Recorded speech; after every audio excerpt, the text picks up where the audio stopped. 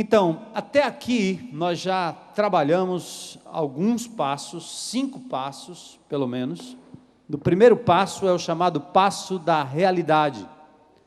O primeiro passo, nós admitimos que nós não somos Deus, que não temos controle sobre nossas vidas e que nós precisamos, de fato, de abrir o jogo e dizer que nós não temos como controlar nosso passado, nosso futuro, muito menos o que acontece com a gente hoje em algumas áreas.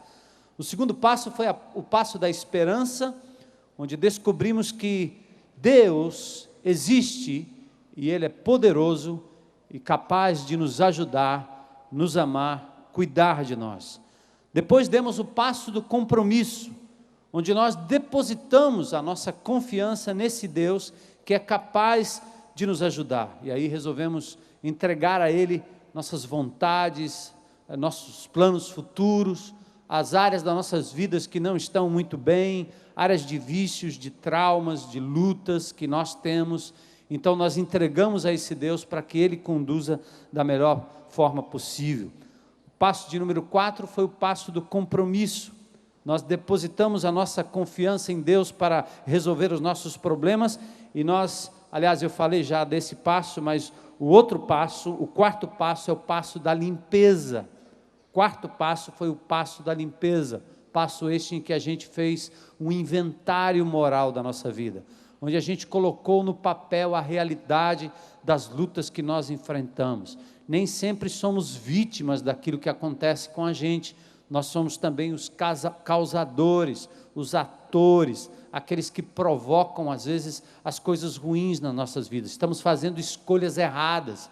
E quando nós fizemos o inventário moral, foi uma forma de limparmos a nossa vida, foi uma forma de denunciarmos aquilo que às vezes está lá dentro, no secreto, que ninguém sabe, ninguém vê. Mas numa comunidade como esta, no caminho da restauração, nós temos essa oportunidade de limpar a nossa vida através de um inventário, abrindo o coração, escrevendo num papel nossas lutas íntimas e pessoais.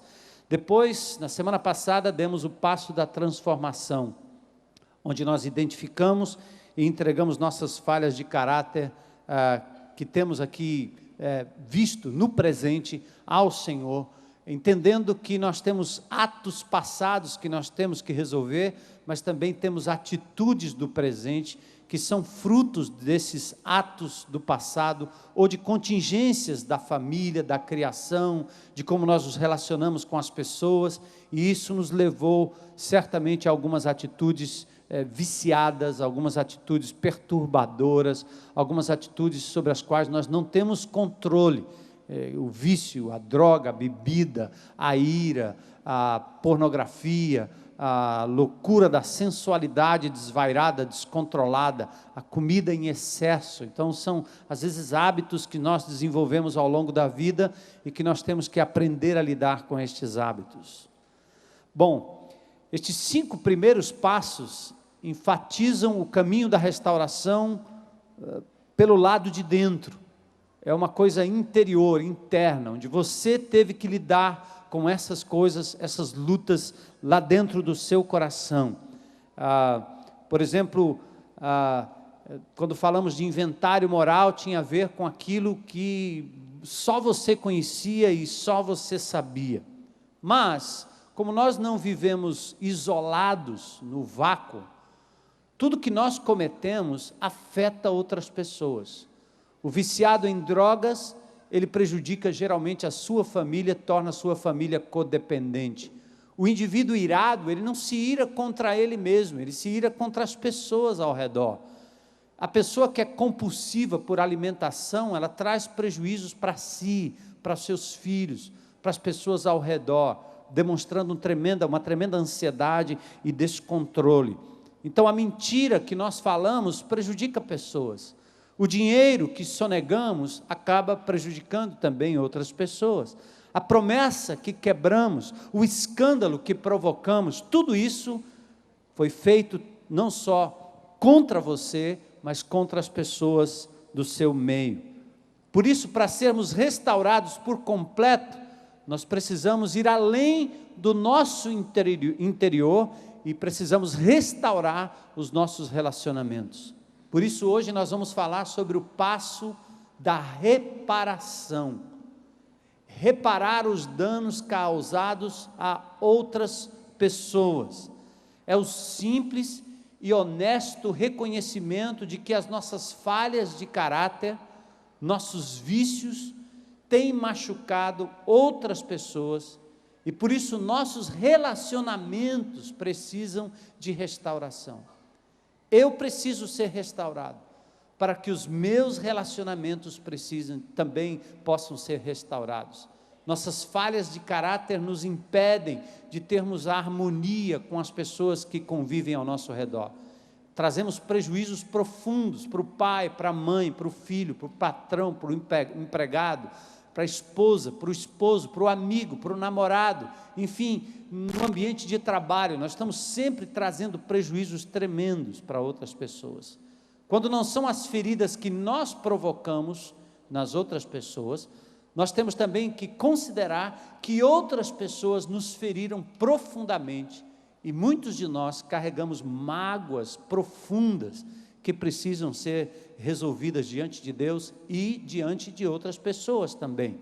Por isso nós precisamos de reparar os nossos relacionamentos.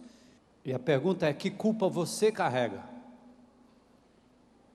Qual é o fardo que você arrasta atrás de você durante anos, quem sabe meses ou semanas? Do que é que você não consegue se livrar sozinho, mesmo que queira, relacionado a coisas cometidas no passado, não só que você cometeu, mas que cometeram contra você. O sexto passo no caminho da restauração, o passo da reparação, nos desafia em 2 pontos, ou 2 aspectos. Primeiro, você deve aprender, e vamos aprender a perdoar quem lhe feriu.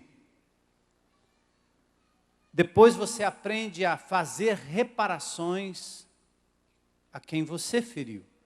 Então nós aprendemos a perdoar quem nos magoou e também a fazermos reparações às pessoas às quais magoamos. Vejam o que diz o sexto passo. O sexto passo diz: eu examino todos os meus relacionamentos, oferecendo perdão àqueles que me fizeram mal e reparando os danos que causei a outras pessoas, exceto quando fazer isso provocaria maior dano a essas pessoas ou a terceiros.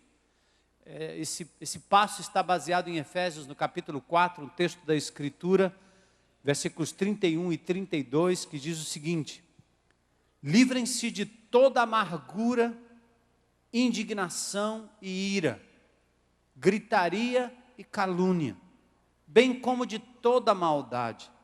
Sejam bondosos e compassivos uns para com os outros, perdoando-se mutuamente, assim como Deus os perdoou em Cristo.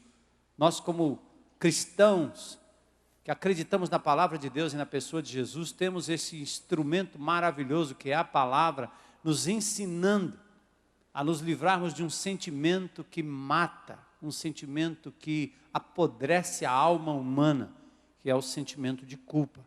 Então vamos focar na primeira parte do passo de número 6, perdoar aqueles que me têm ofendido ou ferido. Por que eu preciso perdoar? Primeiro, porque Deus tem me perdoado. Essa relação é interessante. Em Colossenses 3,13 diz assim: sejam amáveis e prontos para perdoar, jamais guardem rancor. Lembrem-se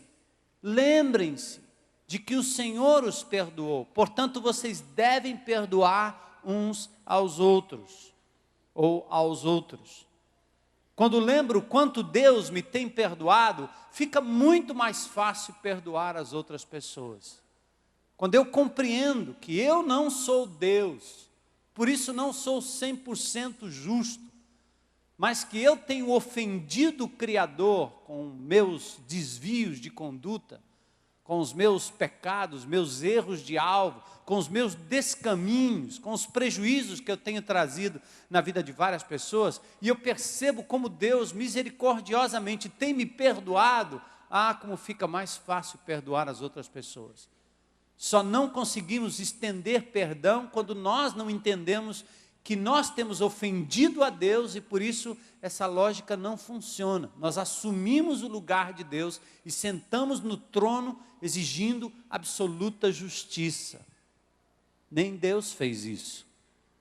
Você nunca terá que perdoar alguém mais do que Deus já tem perdoado você. Pense nisso. Quando você tem dificuldades em perdoar as outras pessoas, geralmente é porque você não se sente perdoado diante de Deus. As pessoas que se sentem perdoadas acham que é muito mais fácil perdoar as outras pessoas. Por que eu preciso perdoar? Porque ressentimento não funciona. Ele é desnecessário e sem sentido. Aliás, o ressentimento, a mágoa, chega a ser doentia. Jó capítulo 5, verso 2 diz: ficar desgostoso e amargurado é loucura, é falta de juízo que leva à morte. Você já sentiu no seu estômago, nos seus músculos, nos seus nervos, a ira, a mágoa profunda, a depressão que uma decepção lhe leva quando você é magoado por alguém? Então, cultivar ressentimento sempre faz você machucar mais a si mesmo do que as outras pessoas. Olha o que a Bíblia diz em Jó 18:4: com a sua raiva você só está se ferindo. Presta atenção. O ressentimento acaba não mudando o passado, não é capaz de corrigir o problema no presente e também não pode mudar a pessoa, nem mesmo ferir a pessoa com ressentimento. Não adianta. O único prejudicado acabará sendo você mesmo. Preste atenção. Jó 21, 23 a 25 diz: um homem morre em pleno vigor quando se sentia bem e seguro, tendo o corpo bem nutrido e os ossos cheios de tutano. Já outro morre tendo a alma amargurada, sem nada ter desfrutado. Hoje nós temos mais e mais pessoas que estão vivendo esse drama no trânsito, na rua, nas famílias. A ira, o ressentimento que explode, mas antes de explodir e matar outros, mata o próprio indivíduo. Dr. S.E. Macmillan escreveu um livro que mostra que as maiores causas de problemas físicos na vida são a culpa, o ressentimento ou a amargura. Nós dissemos isso na semana passada. Ele disse: não é o que você come que é importante, mas é aquilo que está lhe comendo, lhe corroendo por dentro. É a ira, é a mágoa, o ressentimento profundo. Ressentimento e amargura acabam sugando suas energias e prolongando ainda mais a sua ferida. É uma úlcera emocional que acaba se desdobrando em algo físico. É um suicídio emocional. Então, para o seu próprio bem, você precisa considerar perdoar aqueles que lhe feriram. Por que liberar perdão? Porque eu vou precisar de perdão no futuro. Eu precisarei de perdão no futuro. Marcos 11, 25 diz: mas quando estiverem orando, primeiro perdoem aqueles por quem foram ofendidos, para que seu Pai que está no céu perdoe os seus pecados também. Perdoa as nossas dívidas, assim como nós temos o quê? Perdoado os nossos devedores. O Pai Nosso faz uma relação importante de um pedido constante de perdão, mas diz assim como nós temos perdoado. Então é importante perdoar para que você continue usufruindo da bênção do perdão. A Bíblia mostra que não podemos receber o que não estamos desejando dar. É perigoso fazer a oração do Pai Nosso: perdoa as nossas dívidas, assim como perdoamos aos nossos devedores. Perdão é uma estrada de mão dupla. Certa vez um sujeito se aproximou de John Wesley e disse: eu nunca vou poder perdoar aquela pessoa, nunca. Então John Wesley disse para ele: Nesse caso, eu espero que você nunca peque, porque você vai precisar de perdão de Deus. Então, como é que eu posso perdoar aqueles que me feriram nesse passo importante? Primeiro, ponto 1, presta atenção aqui, honestidade, raio-x, diagnóstico dos seus sentimentos reais. Primeiro, revelando a minha ferida. Você tem algumas opções quando se trata de uma ferida. Você pode reprimir, esconder, fazer de conta que ela não existe, ignorá-la. Muitas vezes não queremos admitir que as pessoas não nos amam, não queremos admitir que certas pessoas que não nos amaram, nos feriram profundamente. Isso é porque nós temos a ideia de que não há conciliação entre amor e raiva dessa pessoa ao mesmo tempo. Ou seja, temos a ideia errada de que não se pode amar alguém e ao mesmo tempo ficar com raiva dela. É possível. Isso não é verdade. Não se pode ignorar. Por exemplo, quando mamãe, papai no passado cometeram erros na sua caminhada, alguns involuntários, outros voluntários, outros porque de fato quiseram, porque optaram, porque por ignorância, por erro, lhe magoaram, lhe machucaram, e você fica com aquela ideia de que você não pode ficar magoado ou irado contra seu pai e sua mãe, porque você os ama. E aí reconciliava na sua cabeça, o que é que você faz? Você sublima, você disfarça, faz de conta que não existe. Eu não estou querendo colocar no seu coração aquilo que não é verdadeiro, mas presta atenção, mesmo amando alguém, quando esta pessoa lhe fere, você precisa realmente permitir que esse sentimento venha para fora, para você lidar em amor com essa pessoa, estendendo o perdão a ela. Ignorar uma ferida não funciona.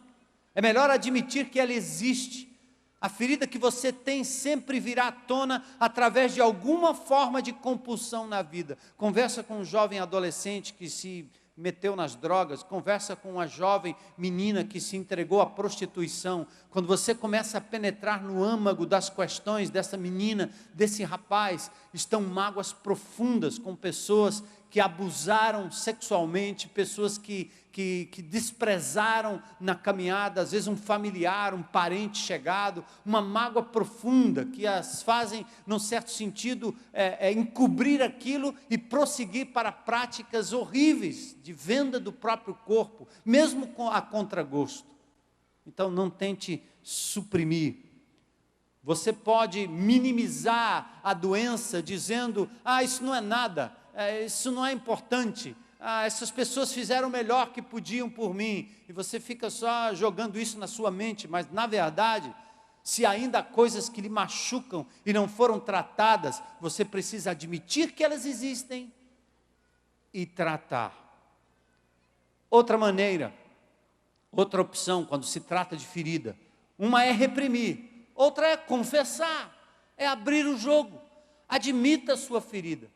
Diga, isso realmente ainda me machuca nos dias de hoje. Foi algo errado que me machucou bastante no passado, mas ainda hoje eu tenho que lidar com isso quando eu penso. Então, o que é que você faz? Você faz uma lista de todas aquelas pessoas que feriram você, o que disseram, o que fizeram, o que pensaram. Muitos que já fizeram aqui o retiro espiritual na IBC, certamente já fizeram essa lista ou passaram por essa lista. Alguém me perguntou isso outro dia, mas eu já fiz isso lá no retiro, preciso fazer de novo? Claro que não, a não ser que tenha algo ainda no seu coração não resolvido, mas muitas outras pessoas, os que nos assistem, os que estão aqui, precisam repensar este passo, considerar este passo e fazer um inventário honesto. Você já ouviu lá atrás de um professor, da sua mãe, do seu amigo dizendo, você não presta para nada. Você é um vagabundo, um inútil, um fracassado, você não vai conseguir, você não é capaz. Estas palavras marcaram profundamente a sua vida, você tenta sublimar isso, compensar isso, provar ao contrário, mas na verdade você está esgarçando o seu coração e simplesmente alimentando um ressentimento que precisa ser tratado. Outra coisa importante é que nós temos que liberar os nossos ofensores. Como perdoar? Liberando aquele que nos ofendeu. O perdão bíblico significa liberar o ofensor, deixá-lo ir, como também parar de ficar preso à ferida do passado. Eu sempre, quando me lembro disso, penso em alguém atravessando uma cerca e tendo a sua roupa enganchada no arame farpado. Ele não consegue caminhar mais, está preso, está preso. Muitos de nós caminhamos com pessoas que nos feriram no passado, ainda presas às nossas vestes, não conseguimos caminhar.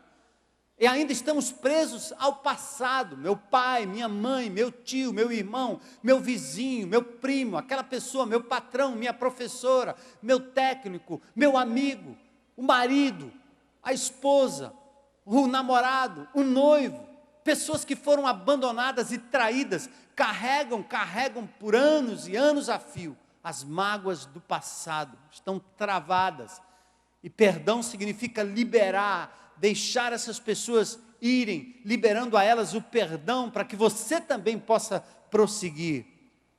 Perdão bíblico significa isso. Como é que eu libero um ofensor? Perdoando. Esse é o único meio de liberar alguém que lhe ofendeu ou feriu. Por exemplo, não espere até que ele lhe peça perdão, tome a iniciativa, libere perdão, eu o deixo ir, eu lhe perdoo, porque eu recebi de Deus um perdão maior. Eu entendo que mesmo não merecendo, Ele me perdoou, e agora eu quero lhe perdoar, quero liberar o perdão. Então, não esperem que as pessoas venham lhe pedir perdão, isso é uma forma de orgulho. Tome a iniciativa. Por quê? Fazendo isso, você reconhece suas próprias falhas e o tamanho do perdão divino. Fazendo isso, você certamente que vai precisar de perdão no futuro, vai poder também usufruir. Mesmo quando não merece, o Senhor lhe perdoa. Mesmo quando você não pede, o Senhor libera perdão para a sua vida. E porque a amargura lhe destrói. E você pode perguntar, quantas vezes eu devo perdoar uma pessoa que me magoou tanto, e talvez ainda continue magoando. Veja o que diz a Bíblia. Mateus 18, 21, 22, então Pedro aproximou-se de Jesus e perguntou, Senhor, quantas vezes deverei perdoar meu irmão, quando ele pecar contra mim? Jesus responde, até 7 vezes? Aliás, ele diz, né, Pedro, até 7 vezes? E Jesus responde, não, Pedro, não é isso. Eu lhes digo, não até 7, mas 70 vezes 7. Essa conta para um rabino quer dizer infinitamente. Perdoe. Porque o amor de Deus por nós foi tão grande que nos perdoou também infinitamente. Jesus mostra que o perdão é um exercício contínuo e que deve transformar-se num ato único para uma atitude constante em perdoar, ou seja, é um exercício contínuo que deve se transformar não só em um ato de perdão, mas em uma atitude contínua de perdão. E isso, sabe por quê? Porque, por exemplo, quando você perdoa e os sentimentos contra aquela pessoa retornam, você é capaz, então, de reafirmar o perdão de Deus e liberar mais uma vez aquela pessoa e ser liberado também de uma forma maravilhosa. Como é que você sabe que liberou o seu ofensor completamente? Primeiro, quando você puder pensar naquela pessoa e aquilo não lhe machuca mais. Perdoar não é esquecer. Algumas pessoas dizem que quem perdoa esquece. Não é esquecer. Você jamais vai esquecer se você foi abusado por alguém no passado. Alguém que lhe feriu no passado. Você, como é que vai esquecer uma coisa dessa? Mas quando você lembra daquela pessoa, daquele episódio, qual é a sua reação? Quando você libera perdão, a amargura não bate, mas o amor de Deus, a misericórdia é que é liberada nesse instante. Como aqueles índios, né? Liberando perdão para aquele homem. Quando você puder orar por estas pessoas e abençoá-la, se o teu inimigo tiver fome, dá-lhe de comer.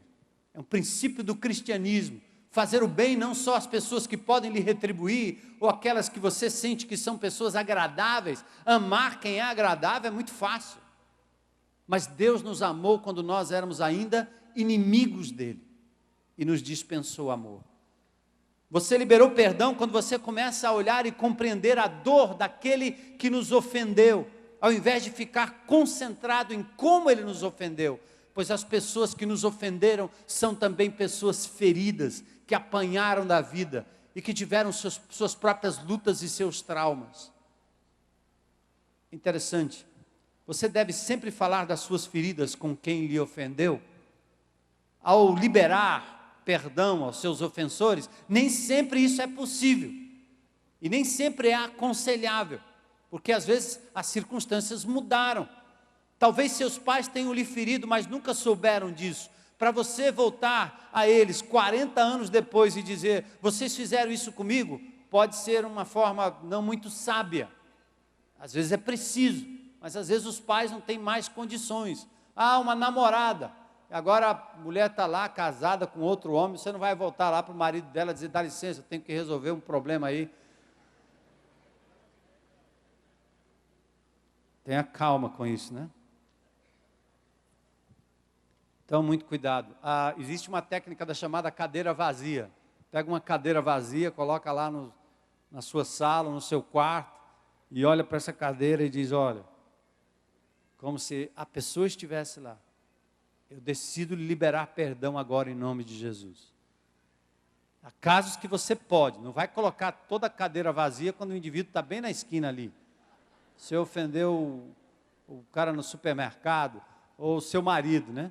Está aí bem do seu lado, sua mulher que você tem ofendido, ou recebeu a ofensa, precisa abrir o coração. Tanto quanto possível, a reparação tem que ser pessoal, tem que ser a reparação do ponto de vista relacional, olho no olho. Como é que eu posso perdoar? Substituindo a minha ferida pela paz de Deus, para nos dar saúde. Mas a pessoa não me machucou, eu não faço nada com ela, isso é injusto, quer dizer que eu não posso retribuir olho por olho e dente por dente. Se eu perdoar, ela vai embora sem nenhuma punição. Não, ela não vai sem punição. Por quê? Deixa que Deus faça a justiça. Presta atenção aqui, homens e mulheres de Deus. Deus é poderoso para nos vindicar a causa, ou vindicar a nossa causa. A retribuição pertence a Ele. Ele vai cuidar. Libera o perdão, você não é Deus. Deixa que Ele cuide. Simplesmente libere perdão para a sua saúde. Deixe que Deus cuide disso para você. A Bíblia diz que um dia Deus vai fazer um acerto de contas. Ele vai chamar todos para o seu acerto. Haverá um julgamento. E mesmo aqui na terra, muita gente acaba pagando pelos seus próprios atos. Mas não é porque você tomou a vingança nas suas mãos, mas porque você entregou nas mãos de Deus e deixou que Ele fizesse a justiça. Aliás, você tem que ter um coração tão amável, tão misericordioso, capaz até de pedir, Deus, perdoa, Senhor. Deus, perdoa, Senhor. Ele é o juiz, Ele é justo, por isso existe céu e inferno. Jesus chegou a falar mais do inferno do que do céu. Você libera as pessoas que te feriram e deixa Deus cuidar delas. Você se concentra na paz de Deus ao invés de tentar revidar. Colossenses 3,15 diz que a paz de Cristo seja o juiz em seu coração, visto que vocês foram chamados para viver em paz como membros de um só corpo. Falamos até agora sobre perdoar quem nos feriu. Agora vamos focar rapidinho no término desse 6º passo, em como fazer reparações com aqueles que temos ofendido. Na vida não apenas somos machucados, mas também machucamos as pessoas. A segunda parte do passo 6 nos ensina a fazer reparações a essas pessoas que temos ferido. Será que isso é realmente necessário? Com toda certeza o é. Por quê? Porque relacionamentos mal resolvidos, amados, acabam sendo a raiz do problema que nos impedem de caminhar na restauração e numa vida saudável. Hebreus 12 diz assim, ouçam bem, vigiem para que nenhuma amargura crie raiz entre vocês, pois quando ela brota, causa profunda perturbação, prejudicando muitos na sua vida espiritual. Ele está dizendo aqui que você não consegue ser aquele hábito, aquela dificuldade ou abandonar aquela ferida, é porque você está preso a alguns problemas de relacionamentos não resolvidos. E eles precisam ser resolvidos se você realmente vai prosseguir no caminho da restauração, para tornar-se uma pessoa que Deus deseja que você seja. Como? Como é que eu faço isso? Primeiro, faça uma lista daqueles a quem você tem ferido. Outra listinha importante, outro inventário importante. Você pode dizer assim: não, eu não consigo me lembrar de ninguém a quem eu tenho ofendido. Eu imaginei que você ia dizer isso, ou pensar isso. Então, tem algumas coisas que podem ajudar você a lembrar. Você tem alguma dívida?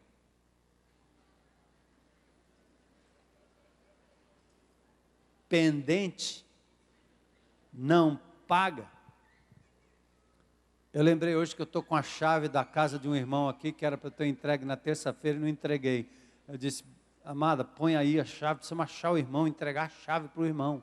A pessoa, se ele quiser usar a casa, aí eu tenho que achar o irmão e pedir perdão. Ele está aí, não? Cadê o Albano? Todo mundo vai pedir a casa dele agora. Está aí, Albano? Perdão, viu, irmão?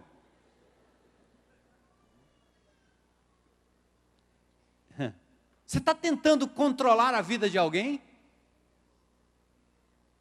Do seu cônjuge, do seu marido, de sua esposa, seu filho, seu irmão, seu empregado, seu amigo? Tem alguém aqui que é meio possessivo na relação com a outra pessoa? Tem alguém que é extremamente crítico? Você foi verbalmente abusivo com alguém esses dias? Ou fisicamente abusivo? Ou emocionalmente abusivo? Alguém a quem eu não tenha demonstrado gratidão nesses dias?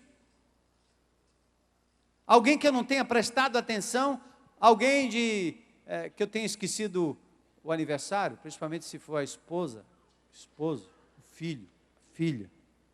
Você foi desleal? Você mentiu nesses dias?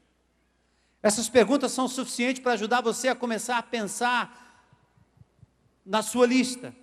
Então faça uma lista de pessoas a quem você tem causado mal e o que fez com elas. Outra coisa, pense como você gostaria que os outros fizessem reparações com você. Como vocês querem que os outros lhes façam, façam também vocês a eles. Há 3 questões que você precisa levar em conta. Primeiro, precisa ter a hora certa para abordar a outra pessoa. Existe um certo tempo e um certo modo de fazer cada coisa. Eclesiastes 8:6. Você procura as pessoas de acordo com o tempo delas. Não é quando o melhor tempo seu está em jogo, mas o melhor tempo para a outra pessoa. Tenha a atitude certa. Siga o amor e a verdade em todo o tempo. Fala a verdade em amor. Concentre-se na sua parte do problema. Quando você for fazer uma reparação com alguém, não fique pensando nos 50% que ele tem de culpa. Assuma, seus 50% é 100% diante de Deus. Seus 10% de culpa é 100% diante de Deus. Então peça perdão à pessoa incondicionalmente. Faça restituições onde for possível. Você emprestou? Devolva. Tem até livro na biblioteca aí que precisam ser devolvidos. Você estragou? Pois então repare, conserte. Zaqueu é um bom exemplo, fez restituições a todos a quem havia roubado. Presta atenção. Aliás, tem gente que diz assim: depois que eu me converti, eu não preciso mais devolver aquele negócio que eu roubei, né? Eu me lembro uma vez, eu era novo convertido, aprendido esse princípio de perdão. E entrou um rapaz na igreja, ensanguentado, com a faca na mão. Parecia filme daqueles de terror. E ele disse que tinha matado alguém. E queria ajuda. E eu logo dei um jeito de ele jogar a faca em algum canto para a gente poder conversar e eu poder ajudá-lo. Senão eu seria a próxima vítima. Mas como eu vinha recentemente do mundão lá fora, né? Então dei aquele abraço apertado. Joga esse negócio para lá, vamos numa outra sala aqui, vamos conversar. Depois que nós conversamos, ele entregou a vida a Jesus. Ele dizia: agora, o que você vai fazer comigo? Eu disse: vou lhe levar para a cadeia.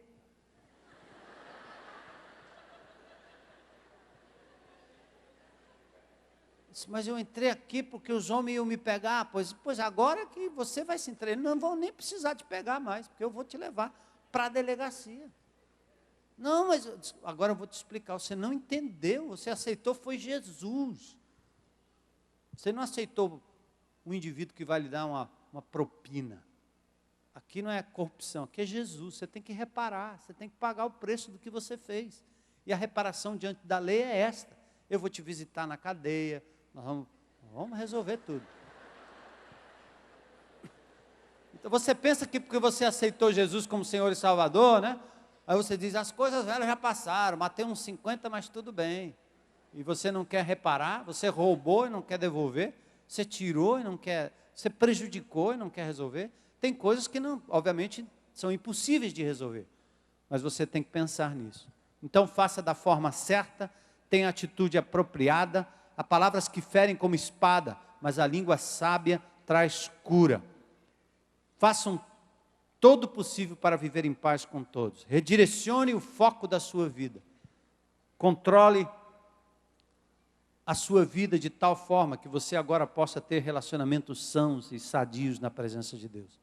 Enquanto você sentir a amargura dessas pessoas, estas pessoas vão controlar você. Percebe? Enquanto você tiver amargura de pessoas no seu coração, mesmo que você não perceba, estas pessoas vão controlar você. Você diz assim, eu nunca vou ser como meu pai. Ele fez tudo isso comigo. Libere perdão. Porque senão, naquilo que você se concentra, é naquilo que você acaba se tornando. A boa notícia é, Deus deseja lidar com todos os lixos relacionais da sua vida. E Ele sabe que você pode lidar com eles. Como é que se faz isso? Jó 11, 13 a 16. Faça um propósito em seu coração de obedecer a Deus. Ore sinceramente a Ele e deixe de lado todos os seus pecados e injustiças. Então você poderá aparecer diante de Deus de cabeça erguida. Os seus sofrimentos ficarão para trás, como águas passadas, e você nunca mais se lembrará deles. Amém? Eu quero fazer um convite para você hoje à noite. Você não gostaria de se libertar daqueles fardos? O ator Robert De Niro estava subindo aquele local íngreme com uma armadura, uma espécie de penitência. Mas o pior penitência não é aquele fardo lá fora, é o que está aqui dentro do coração. Então o meu desafio para você hoje à noite é que você dê esse passo para se libertar de relacionamentos, de pessoas que lhe magoaram no passado e que ainda continuam presentes na sua vida, de pessoas às quais você obviamente ofendeu e precisa tratar e fazer reparações. Liberte-se. Quer largar esse fardo que você vem arrastando?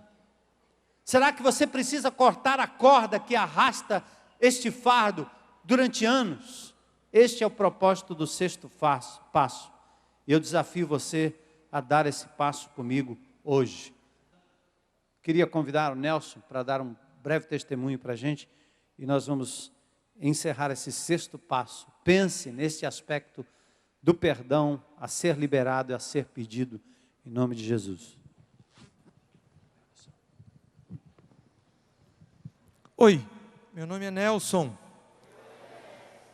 Sou um discípulo e seguidor de Jesus Cristo que luta com a dependência química, a ira, a pornografia e os pensamentos insanos. Nasci e me criei no interior do Paraná, filho, neto de italianos pobres que cultivavam a terra. O cigarro e a bebida faziam parte da cultura da minha família. Meu pai faleceu aos 53 anos de idade, consequência do alcoolismo e uso do tabaco em sua vida. Brigas constantes, dívidas, segredos de família, gritaria, mentiras, agressões físicas e verbais e muita insegurança fizeram parte da minha infância e adolescência. Meu relacionamento com Deus sempre foi muito distante, apesar do intenso envolvimento que tinha na igreja. Fui batizado, fui crismado, fui puxador de texto, de procissão, coroinha, comentarista de missa. Sabia declamar uma missa inteira no latim, e ainda assim não conhecia Deus, nem o seu Filho Jesus, e nem a pessoa do Espírito Santo. Na hora de confessar os meus pecados, só falava dos pecadinhos, os menos graves, pois o número de Pai Nosso era bem menor. Sempre fui um garoto muito alegre e falante, nunca fui mau aluno, e participava de todas as competições esportivas possíveis e imagináveis, tanto na escola quanto na cidade. A rebeldia, a safadeza e as mentiras começaram de forma mais intensa por volta dos 15 anos de idade, quando comecei a usar e abusar das drogas ilícitas e passei a beber regularmente. Foram mais de 7 anos de uso intenso de drogas e as consequências as mais trágicas e degradantes. Afastamento dos relacionamentos familiares, mais e mais mentiras, roubos, brigas, pensamentos suicidas, devaneios, surtos psicóticos. Fui preso 2 vezes e fui internado num hospital psiquiátrico tido como louco.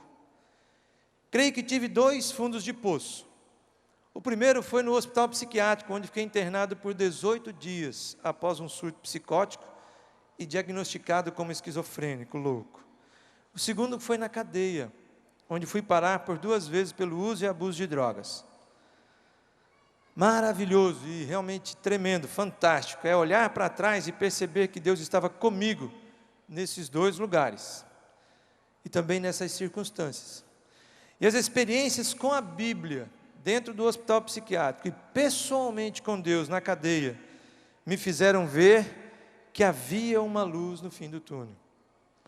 Meu início de relacionamento com Jesus Cristo se deu numa casa de recuperação em Curitiba.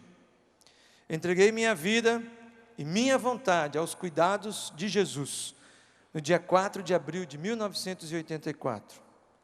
Uma das coisas que mais marcou minha nova vida com Deus foi a orientação que a pessoa do Espírito Santo me dava ao ler a palavra de Deus. Muitas dessas dicas diziam respeito às reparações que eu precisava fazer. Eu tanto precisava pedir perdão a muitas pessoas, quanto necessitava liberar perdão a quem havia me machucado e também me prejudicado. Aquilo que o Espírito de Deus me impulsionava a fazer era coerente com o ensino claro da palavra de Deus, e é explicitado no 6º princípio do Celebrando Restauração, que diz: examino todos os meus relacionamentos, oferecendo perdão àqueles que me fizeram mal, e reparando os danos que causei às outras pessoas, exceto quando fazê-lo provocaria mais danos a essas pessoas ou a terceiros. Me recordo de muitas cartas que escrevi ainda como interno na instituição, pedindo perdão a familiares, amigos e até inimigos. Sabia também que algumas pessoas eu deveria encontrar pessoalmente, e aí sim, olho no olho, trabalhar as reparações. Uma dessas pessoas era o meu pai. E um desses momentos de reparação eu tive quando retornei à minha casa, pela primeira vez depois da instituição, depois do tempo de recuperação. Cheguei de viagem bem cedo e fiquei conversando com minha mãe, lá no meu quarto de costura. Meu pai ainda estava dormindo, tinha chegado de Rondônia. Fazia 1 ano que eu não via o meu papai. Nosso relacionamento fora marcado por muitas brigas e desrespeito, da minha parte especialmente. Com 15 anos de idade, num desses momentos de completa insanidade, eu havia dito que nunca mais iria chamá-lo de pai.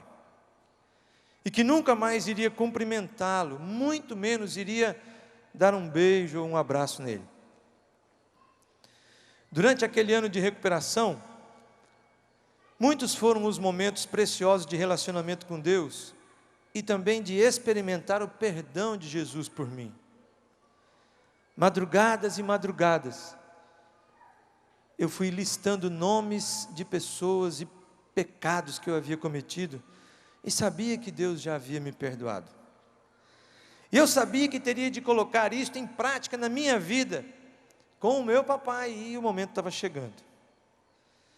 Eu recordo-me que quando a porta do quarto dele se abriu, eu fui tomado por um medo horrível, calafrios, um peso enorme nas costas. Minha mãe me olhou e disse: você vai? Eu disse: mãe, eu tenho que ir. No meio do corredor, saí da estratégica pela direita, entrei para o quarto da minha irmã e fui orar. Deus, me dê coragem, me dê humildade, Senhor. Eu preciso olhar no olho do meu pai e pedir perdão. Quando eu entrei no quarto, ele estava sentado na cama, barba por fazer, rosto queimado do sol, sofrido, um olhar saudoso, meigo, os olhos verdes, muito lindos. Estendi a mão para ele e lhe disse: pai, me perdoa, eu amo você. A eternidade se fez presente naquele momento. Ele pegou minha mão, ficou em pé, me deu um abraço gostoso. Nós dois começamos a chorar, muitas lágrimas, muito pedido de perdão recíproco, muita meleca de nariz, muita declaração genuína de amor, nenhuma condenação, nenhuma acusação. Reparação vivida a partir da caminhada com Deus. Os meus pais se separaram. Minha mãe ficou no Paraná e meu pai foi morar em Rondônia. Sua saúde ficou muito frágil. Quando ele sofreu um AVC, Rosvita, Israel e eu tivemos o privilégio de cuidar dele durante os seus últimos 4 anos de vida. Que privilégio que Deus nos concedeu. E concedeu a mim. Pude experimentar um novo tipo de relacionamento com meu pai, fazendo das minhas dificuldades um caminho para a paz com ele. Reparações nunca mais deixaram de fazer parte do meu cotidiano. O que faço hoje é não permitir que elas se acumulem. Com certeza, as pessoas que mais machucam são as pessoas que estão mais próximas de mim. Momentos de reparações com a Rosvita, minha esposa, são os mais frequentes. E nem sempre é fácil pedir perdão, ou mesmo liberar perdão, especialmente se o pecado é aquele que eu cometi tantas vezes. Ter de olhar nos olhos do Israel Felipe e da Rebeca Caroline e pedir perdão a eles por ter gritado mais uma vez e declarar que vou tentar não gritar mais, não é tarefa simples. Sei que Deus não desistiu de mim, e não desiste, e não vai desistir. E o que está escrito na sua palavra irá se cumprir. Filipenses 1,6 diz: e eu tenho a certeza de que Deus, que começou a boa obra em vocês, em mim, continuará ajudando-os a crescer em sua graça, até quando sua tarefa em vocês estiver finalmente terminada naquele dia, quando Jesus Cristo voltar. Obrigado pelo silêncio de vocês. Eu continuo sendo Nelson, limpo há 18 dias e 19 anos, mas o mais importante é que eu estou limpo hoje.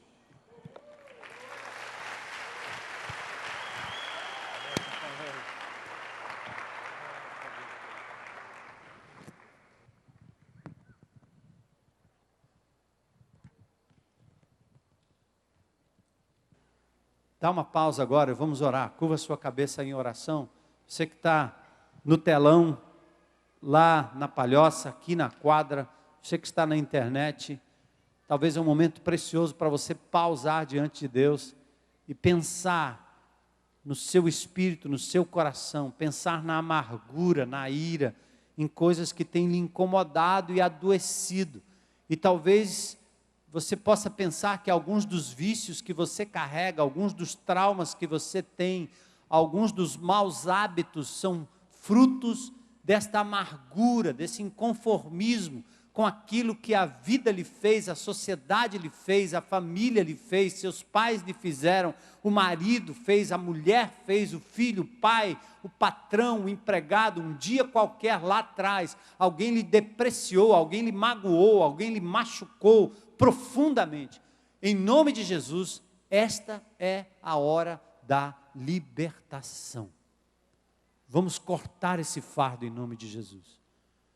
Diga diante de Deus agora: primeiro, Senhor, eu acredito, eu creio que eu sou pecador, eu tenho errado. Eu tenho errado contra o Senhor. Mas esta noite eu quero receber o teu perdão incondicional. Obrigado pelo teu perdão, Senhor. E hoje à noite eu quero te pedir, em nome de Jesus, que o Senhor me dê forças para perdoar aqueles que me ofenderam, aqueles que me têm ofendido. Eu quero ser liberto dessas atitudes que são reflexos destes traumas, desta mágoa e dessa amargura profunda que eu carrego por anos, sem conseguir ser feliz ou saudável na minha vida. Senhor, me dá forças para fazer reparação às pessoas às quais eu tenho ofendido. Se eu me lembrar de algum caso, se o Senhor trouxer à minha memória, dá-me coragem e forças para fazer a reparação, Senhor. Eu quero ver o meu fardo cortado, porque ele já foi carregado por Cristo na cruz do Calvário. Eu aceito o teu perdão e estendo e libero perdão às pessoas que têm me ofendido. Senhor, eu quero pedir que essa palavra ecoe nos corações, para a libertação e para a saúde do teu povo e daqueles que têm te buscado nesses dias através dessa série.